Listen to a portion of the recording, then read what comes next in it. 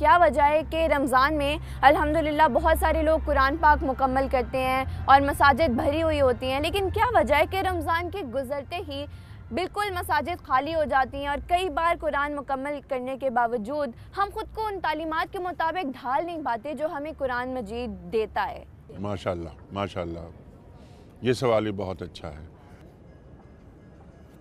تم تو رمضان کے بعد کی بات کر رہی ہو، عید کا چاند نظر آیا، عشاء کی نماز میں کیوں مسجد خالی ہو گئی یا اس انداز سے نہیں بھری ہوئی جو ایک روز پہلے تک بھری ہوئی ہوتی ہے؟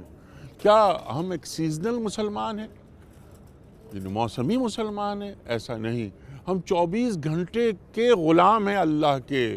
قرآن کریم تو فرماتا ہے نا کہ فَعْبُدْ حَتَّى يَأْتِيَكَ الْيَقِينُ، اللہ کی عبادت کیے جاؤ یہاں تک کہ تمہیں موت آ جائے۔ ہم تو 24 گھنٹے کے ہر پل ہمارا اللہ تعالیٰ کی اطاعت میں گزرنا چاہیے۔ ہمیں قرآن کریم جب ہم پڑھتے ہیں، تلاوت آیات بہت بڑا ثواب کا ذریعہ ہے، لیکن جب ہم پڑھ رہے ہیں الحمدللہ رب العالمین الرحمن الرحیم مالک یوم الدین، تو ہمیں معلوم ہونا چاہیے کہ قرآن کریم ہم سے مخاطبت کر رہا ہے، اللہ تعالیٰ ہم سے مخاطبت کر رہا ہے۔ تم بچی ہو تو تمہارے لیے میں ایک بات یہ کہتا ہوں کہ علامہ اقبال میٹرک کا ایگزام دے رہے تھے، تو ان کے والد نے ان سے آتے جاتے ایک بات کہی کہ بیٹا تم ایگزام دے لو یہ میٹرک کا، تو مجھے تم سے ایک بات کہنی ہے۔ ایگزام ہو گیا، اقبال والد کے پاس گئے، ان سے یہ عرض کی کہ ابا جان آپ مجھ سے کوئی بات کہنا چاہ رہے تھے، اب میرا ایگزام ہو گیا ہے، آپ فرمائیے۔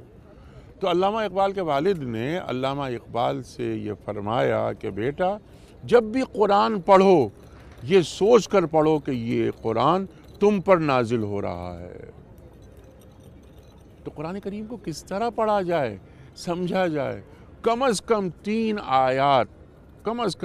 آیات پڑھی جائیں، ترجمہ پڑھا جائے اور تفسیر اس کی دیکھی جائے، جانی جائے کہ قرآن ہم سے تقاضا کیا کرتا ہے۔